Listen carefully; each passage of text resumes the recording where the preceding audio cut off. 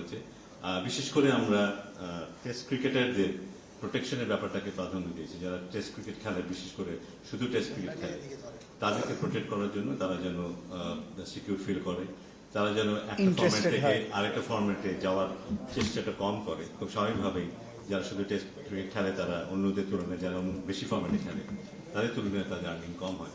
সে কারণে ওদিকে যাবার একটা প্রবণতা চেষ্টা তাদের থাকে, যেটা অনেক সময় তাদের মূল ফরম্যাটকে ক্ষতিগ্রস্ত করে। তো সেটার কথা বিবেচনা করে বিশেষ করে টেস্ট ক্রিকেটার যারা, তাদের স্যালারিটার ব্যাপারটাকে আমরা বিশেষভাবে নজরে দিয়েছি।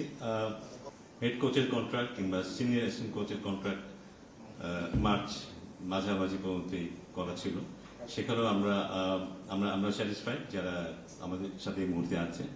তো তাদের সাথে আমরা আবার যোগাযোগ করব, এবং এর বাইরেও যদি তাদের সাথে যোগাযোগ করে যদি তাদের সাথে আমরা একটা সে ধরনের আন্ডারস্ট্যান্ডিং আসতে না পারি, সেক্ষেত্রে হয়তো আমাদের বাইরে চিন্তা করতে হবে। বাট আমরা আশা করছি যে যারা আমাদের সাথে ছিলেন তাদের সাথে আমরা একটা সন্তোষজনক আলাপ আলোচনার মধ্যে এটা একটা সমাধান খুঁজে পাবো।